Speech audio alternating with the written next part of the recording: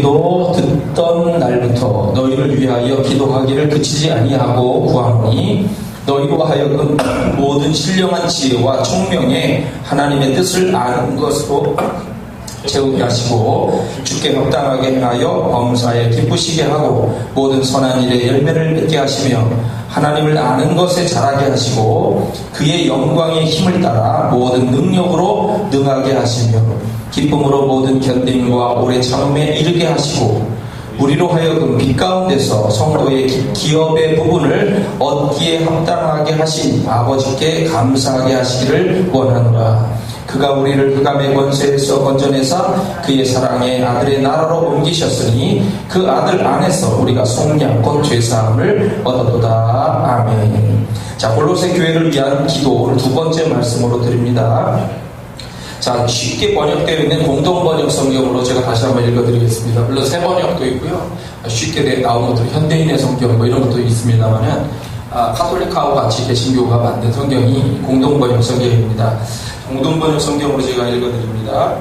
9절부터 다시 한번 읽어드립니다. 우리는 여러분이 골로새 교회가 성도들이 성령께서 주시는 모든 지혜와 판단력으로 하나님의 뜻을 충분히 깨닫게 되기를 빌어왔습니다. 또 우리는 여러분이 주님께서 원하시는 생활을 함으로써 언제나 주님을 기쁘게 해드리고 온갖 좋은 일을 행하여 열매를 맺으며 하나님을 더욱 잘 알게 되기를 바랍니다. 또 우리는 여러분이 하나님의 영광스러운 권능으로부터 오는 온갖 힘을 받아 강하여져서 모든 일을 참고 견딜 수 있게 되기를 바랍니다. 그리고 기쁜 마음으로 아버지께 감사를 드릴 수 있게 되기를 바랍니다.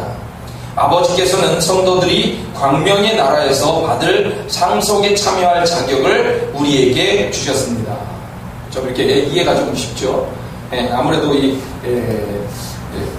개정 성경도 좀 어려워요. 조금 쉽게 이렇게 번역을 해놓으니까 이해가 좀 빠릅니다.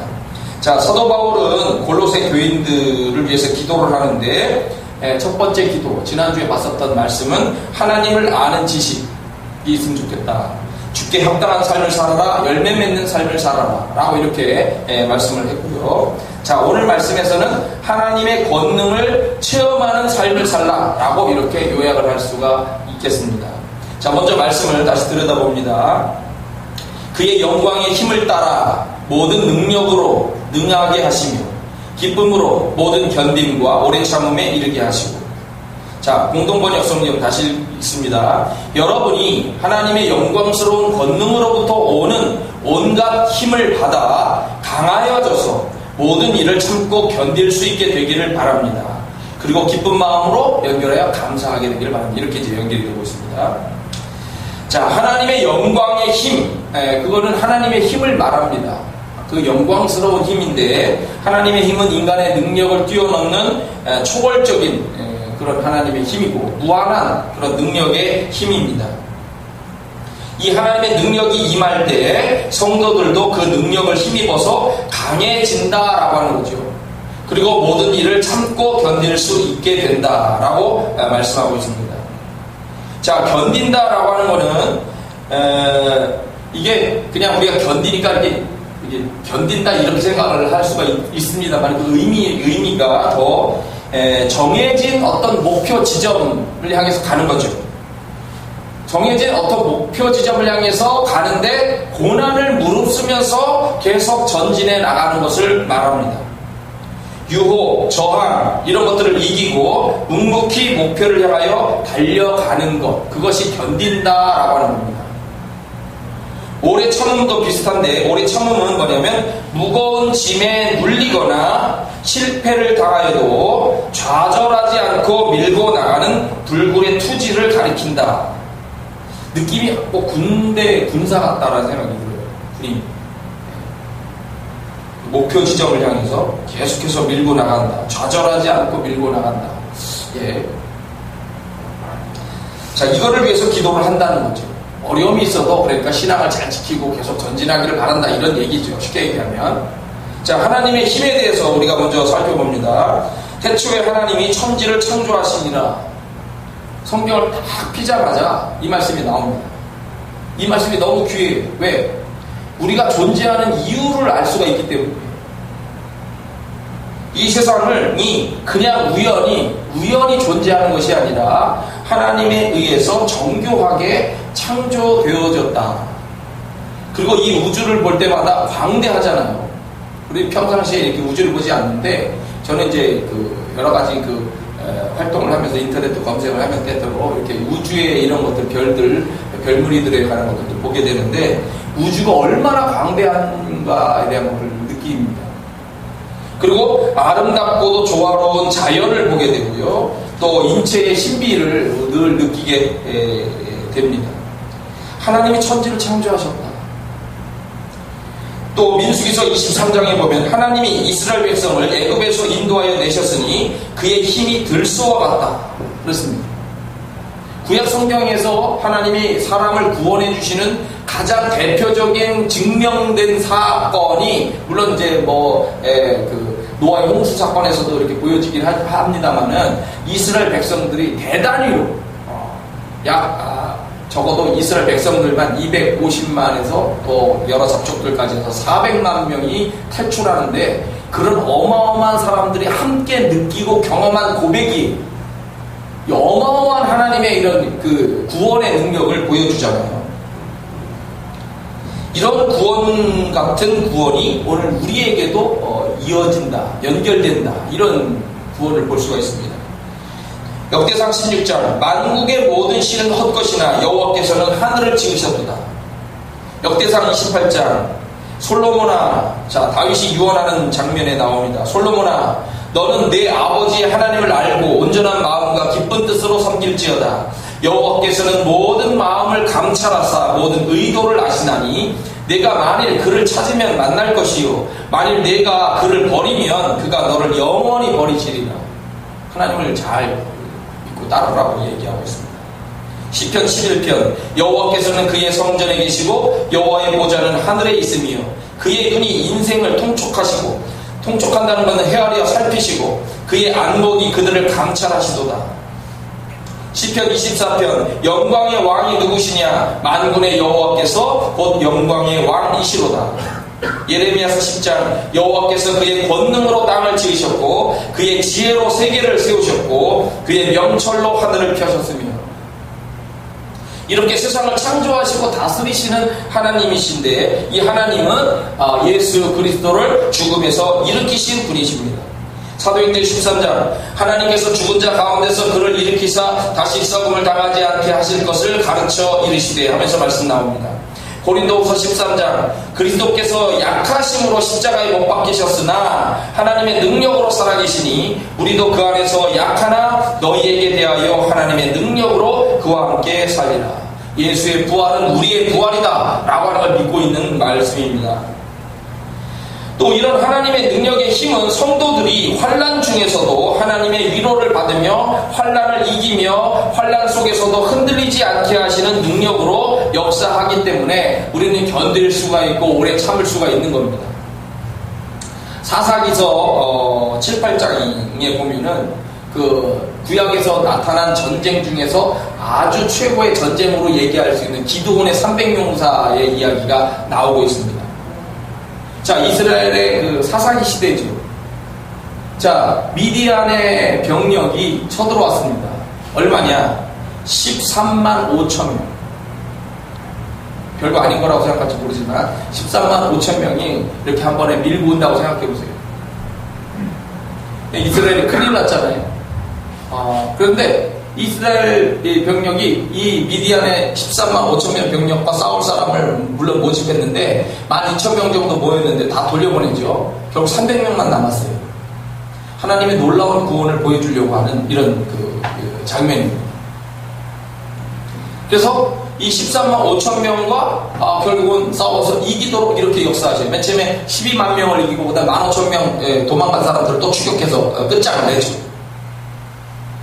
400대 1, 450대 1로 싸운 겁니다. 전쟁사에 물론 이순신 장군 23번 싸워서 23번 다 이겼다. 이 놀라운 전쟁의 역사로 얘기하는데 400대 1, 450대 1로 싸운 이런 이런 승리는 없어요. 이건 불가능한 얘기죠. 근데 하나님은 기드온이라고 하는 사람을 세워서 이런 전쟁을 승리하게끔 인도하셨어요. 이 놀라운 하나님의 엄청난 능력을 보여주신 장면입니다. 사무엘하서 3장 사울의 집과 다윗의 집 사이에 전쟁이 오래매 다윗은 점점 강하여 가고 사울의 집은 점점 약하여 가니라. 그래서 다니엘서 11장에 보면 오직 자기의 하나님을 아는 백성은 강하여 용맹을 떨치리라 하면서 이렇게 믿음의 사람들의 승리에 대한 것을 표현을 하고 있습니다. 초대교회를 보아도 초대교회의 부흥, 나눔, 선교 이런 엄청난 놀라운 역사가 일어나는데 이게 성령님의 역사로 일어나는 일들이에요. 지금 우리가 오늘 존 웨슬리에 대한 것을 생각해 볼 수 있는 웨슬리 회심 기념주일이기도 한데요. 이 웨슬리가 선교를 출발할 적에 감리교가 새로 출발했기 때문에 영국 국교도에서 나와서 미약했죠. 그런데 이 웨슬리를 통해서 웨슬리가 죽을 때쯤 돼서 몇만 명씩 미국하고 영국에 그 신도들이 생겨요. 그리고 이걸 통해서 전 세계로 뻗어나가고 우리나라에도 들어오게 되는 거죠. 아펜젤러를 통해서 한국 감리교회가 출발을 하게 됩니다. 감리교회에서 성결을 강조하니까 성결교회가 하나 생겼어요. 구제를 강조하니까 구세군이 생겼어요. 성령을 강조하니까 성령 모순절파, 지금 순복음이 생겼어요. 감리교회는 이 모든 것을 강조하는 또한 교회입니다. 그러니까 이 하나님의 역사들이죠. 교회가 탄생되고 이렇게 확장돼가는 다양한 모습들을 볼 수가 있는 그런 점이 있는 겁니다. 고린도후서 10장 우리의 싸우는 무기는 육신에 속한 것이 아니요 오직 어떤 견고한 진도 무너뜨리는 하나님의 능력이라. 모든 이론을 무너뜨리며 하나님 아는 것을 대적하여 높아진 것을 다 무너뜨리고 모든 생각을 사로잡아 그리스도에게 복종하게 한다. 어떤 견고한 진도 무너뜨리는 것이 하나님의 능력이다 라고 여기서도 표현하고 있어요. 베드로전서 너희는 말세에 나타내기로 예비하신 구원을 얻기 위하여 믿음으로 말미암아 하나님의 능력으로 보호하심을 받았다. 하나님의 능력이 오늘 우리를 붙잡고 있다는 거예요. 보호하시기 때문에 우리가 믿음으로 말세에 구원을 얻기 위하여 달려간다 이렇게 표현합니다. 저에게 기타를 배우러 오시는 분 중에 어느 모 교회의 집사님이 한 분 계십니다. 아주 순수해 보이고 그리고 믿음의 열정도 강한 그런 착하신 분입니다. 직장 때문에 낮에 기타 교육을 받으러 오다가 밤에 이제 화목반이 있는데 화목반으로 들어오셔서 기타를 배우게 되었어요. 어떤 직장을 얻었는데 그 직장이 뭐냐면은 요양보호사 자격증을 따가지고 요양보호사 활동을 이제 하게 된 겁니다. 그래서 어느 집에 가가지고 4시간씩 하루에 4시간씩 요양보호사로서 그 사람을 케어하는 돌보는 일을 하게 되었어요. 자기가 간 그 집의 그 어르신은 할머니인데 치매로 쓰러지신 분이에요.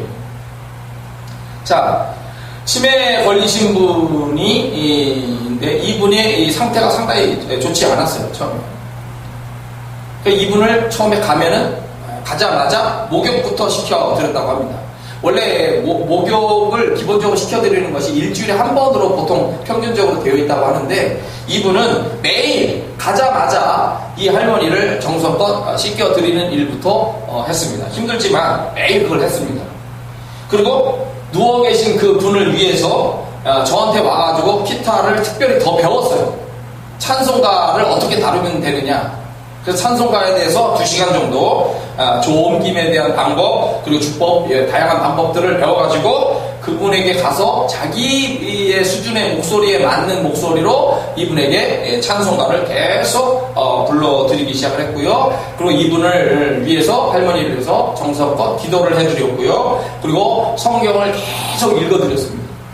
목이 정말 쉴 정도로 성경을 계속 읽어드렸어요. 4시간이 정말 짧다고 얘기할 정도로 그 정도로 이 할머니를 정성껏 돌봤습니다. 처음에 이 할머니의 상태가 어땠냐면 사람의 말을 못 알아들어요. 그리고 횡설수설합니다. 그리고 얘기를 하면 전부 자기 얘기만 하는 거예요. 남의 말을 절대 듣지 않아요. 그런데 어느 날부터인가 이 할머니가 찬송가를 흥얼거리기 시작을 하고요. 기도를 할 때 반응을 하게 되었고요. 그리고 성경을 읽어드릴 때 귀를 쫑긋하고 관심을 가지기 시작을 했습니다. 근데 놀라운 일이 일어난 거예요. 어느 날 이 할머니가 정신이 치유된 거예요. 그래서 회복이 돼가지고 자리에서 일어나게 됐고, 그리고 지금은 주간보호센터로 나가게 된 거예요. 그 가정의 식구들이 출근을 하면서 어머니 좀만 계시면 어머니를 보호해 주시는 그 보호사, 요양보호사 선생님이 오시니까 기다리세요 라고 이렇게 가잖아요. 근데 이 할머니는 어떻게 말을 알아들었냐면 보호사 선생님이 오신다고, 보호사 선생님이 오는 게 아니고 보혜사 성령님이 오신다고 라고 이렇게 말을 알아듣기도 하고 그랬대요. 근데 이분이 이제 치유돼가지고 건강을 회복해서 주간 이제 보호센터로 나가게 되니까 이 집사님의 입장에서는 불편해진 거죠. 왜냐하면 자기는 직장을 잃어버린 거예요. 그런데 걱정하는 그 할머니한테 더 좋은 직장이 생길 거니까 걱정하지 말라고 하면서 이렇게 걱정하지 마시라고 해서 헤어졌는데, 이분이 하나님의 은혜를 찬양하는 거예요. 자기가 처음 갔을 때 그 할머니는 도저히 정말 이제 더 이상 삶에서 회복이 없이 이렇게 끝난 인생 같은 느낌이었는데, 이분을 그렇게 케어하면서 하나님의 은혜로운 역사로 이 할머니가 건강이, 정신이 돌아오고 회복이 돼서 이렇게 된 거예요. 얼마 지나지 않은 거예요, 이 사건이. 그러니까 기간이 오래된 게 아닙니다. 약 지금 2개월인가 밖에 안 됐어요.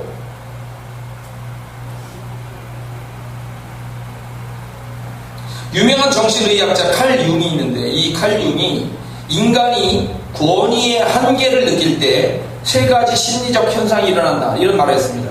무슨 얘기냐면은 우리가 어떤 일을 하다가 벽에 부딪힌다 이거예요. 그리고 이것이 한계다 하고 지능의 한계를 느끼고 능력의 한계를 느끼고, 그리고 인생길에서 이것이 정말 한계다 라고 느낄 때 3가지의 심리 현상이 일어난다는 거예요. 그게 뭐냐? 첫째, 불안하다는 불안하다. 이 한계 다음에는 또 어떤 일이 일어날지 모르잖아요. 한계 바깥의 또 다른 일로 인해서, 예측하기 힘든 이 일로 인해서 더욱더 불안해진다는 거예요. 망망대해에 던져진 것 같은 그런 불안함을 느끼기 시작한다는 겁니다. 2번째, 억압 감정입니다. 확 눌려버리는 거예요. 이 억압 감정은 어떤 사실보다 더 내 마음속으로 무게를 느끼는 거예요. 그리고 나의 존재는 점점 작아지고 용기를 잃게 되는 거죠. 3번째, 고독감입니다. 실패와 함께 느껴지는 심리현상이 고독인데, 실패 자체가 문제가 되는 게 아니에요. 무슨 얘기냐면은 내가 사업에 만약에 실패했다고 하면은 친구도 잃어버리고 사랑하는 사람도 잃어버리고 모든 사람이 나에게서 떠나버렸다라고 생각하게 된다는 겁니다. 잃어버린 것은 사업인데, 잃어버린 그 주변에 있는 모든 것들도 다 함께 잃어버렸다고 생각하게 된다는 거예요. 건강도 마찬가지입니다. 건강을 잃어버리면 건강 하나만 잃어버렸다고 생각하지만 그게 아니고, 건강을 잃어버리면 모든 기대감을 또한 잃어버려서 친구도 잃어버리고 사랑하는 사람들도 다 잃어버렸다라고 생각하게 된다는 겁니다. 그래서 가장 무서운 심리현상이 고독이다, 나 혼자다 라고 하는 그런 이야기를 하고 있습니다. 자, 그런데 우리는 벽에 부딪힐 때마다 무엇을 생각하냐면 믿음을 가지고 있기 때문에 하나님을 바라보게 되는 거예요. 우리가 한계를 느끼고 불안하고 억압 감정을 갖고 있고 고독감으로 흔들리다가도 우리 믿음의 사람들은 능력의 하나님을 보게 되는 거고, 초월에 계신 하나님을 보게 되는 것을 보고, 모든 것을 주관하시는 하나님, 넘어진 자를 다시 일으켜서 세우시는 하나님, 죽었다가도 다시 살리시는 하나님, 이 부활의 하나님을 다시 바라보게 되는 거예요. 그 하나님을 바라볼 때 믿음의 사람들은 힘을 얻게 되는 것이고, 하나님은 우리에게 무슨 말씀을 해주시냐면 너는 너 혼자가 아니다 라고 얘기를 하는 거예요. 내가 있지 않니? 두려워하지 말아라. 한번 따라하겠습니다. 두려워하지 말라. 내가 너와 함께함이라. 놀라지 말라.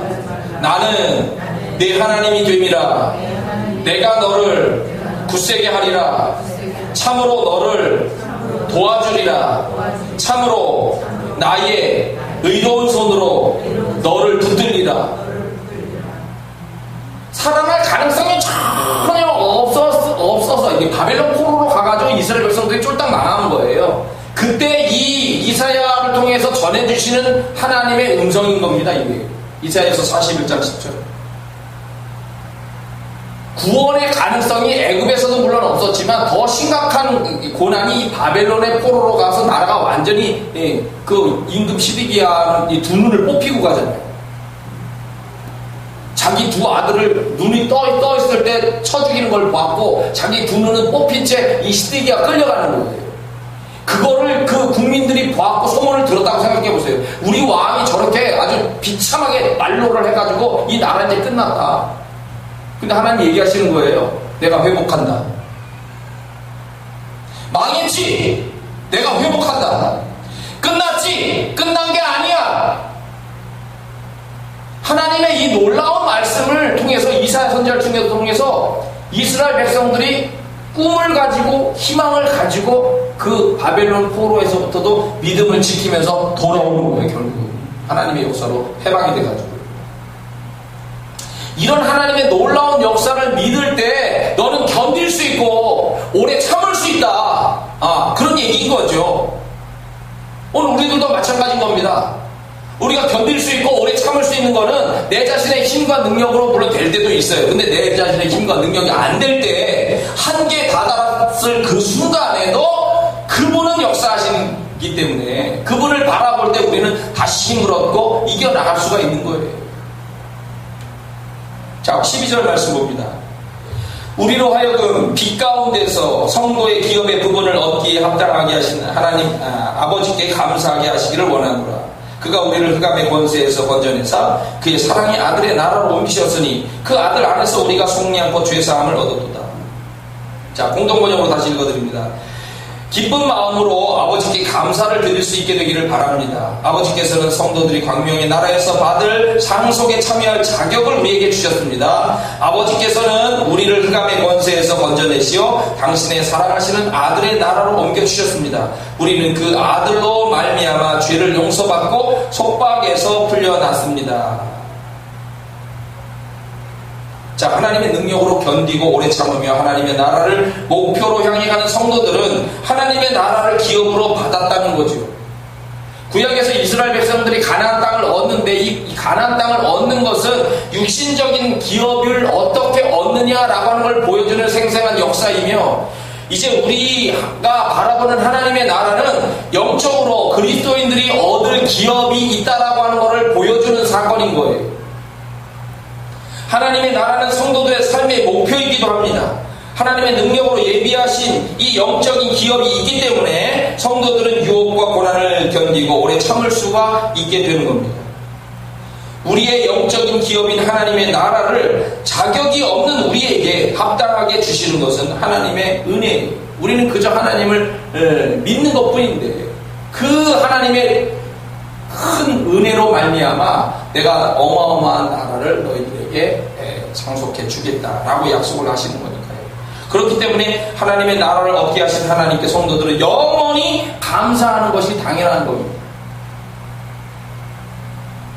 제인이라고 하는 믿음이 좋은 학장님이 계셨다고 합니다. 학생들이 선생님 학장님을 존경해가지고 별명을 하나 붙여줬는데 매일 천국에 다녀온 사람이라는 별명을 붙여줬답니다. 매일 천국에 갔다 온 사람, 그 사람과 같이 이 학장님의 얼굴은 늘 밝고 명랑하고 은혜스러웠었다는 겁니다.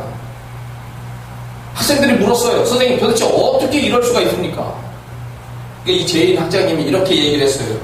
그것은 마치 깃발과 같단다. 어느 성에 임금의 깃발이 올라간 거죠. 어느 성에 깃발이 딱 꽂혀져 있으면 그곳에 임금님이 와 있다는 뜻이 아니냐. 그리스도가 나와 함께 계시고 내 안에 그분의 은혜가 있으니 나는 기쁠 수밖에 없다. 내가 누구에게 잘 보이려고 하는 것이 아니고 내가 누구에게 덕을 나타내려고 하는 것도 아니고 다만 내 마음이 기쁘니까 내가 하나님의 사랑으로 충만하고 있으니까 내게 기쁨이라고 하는 이 깃발이 휘날려지고 있는 것이 아니더냐. 그분의 은혜로 말미암은 것이 충만하니까 내 안에 이 기쁨이 넘치는 거예요. 그 하나님의 나라의 사람이다. 이게 얼굴에서도 표현되어지더라. 부끄러운 우리 자신들을 한번 돌이켜볼 필요가 있습니다.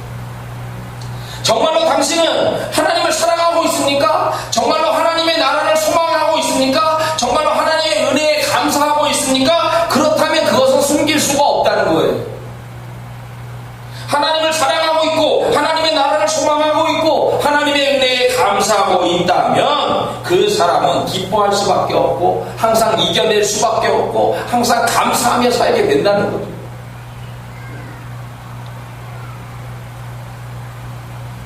배가 바다를 건너가는데 이 존 웨슬리도 경험한 것 같은 그런 거예요. 대서양을 건너서 미국으로 선교갈 때 돌아올 때 이 바다 가운데서 그런 위기를 겪었는데요. 많은 사람들이 타고 가는 이 배가 흔들립니다.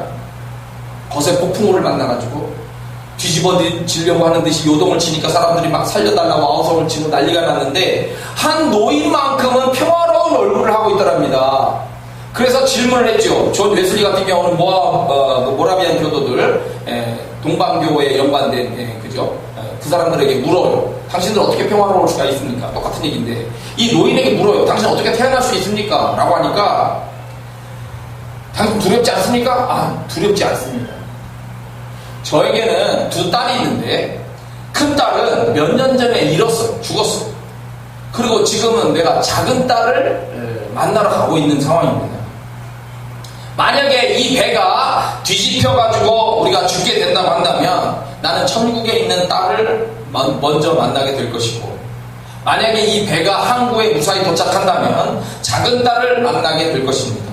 이런 만남의 소망을 가지고 있기 때문에 저는 두려울 것이 없습니다. 라고 이렇게 얘기를 하더라고요. 하나님의 능력으로 천국의 소망으로 이렇게 간직하고 있으니까 위기 앞에서도 담담하더라. 담담. 태어날 수가 있더라는 거죠. 골로새 교인들에게 사도 바울은 그런 거를 기도하고 있다라고 이렇게 얘기를 하고 있는 거고 오늘 우리가 이 말씀을 읽고 있는데 이 말씀은 우리에게 너도 그렇게 살아라 라고 이렇게 말씀을 하고 있는 거예요. 여러분과 제가 하나님의 능력으로 그리고 천국의 소망으로 그렇게 기뻐하면서 승리하면서 살아가게 되기를 간절히 축원합니다. 기도하겠습니다. 골로새 교회를 향하여 사도 바울을 통한 성령의 음성을 듣습니다. 하나님의 능력으로 견디고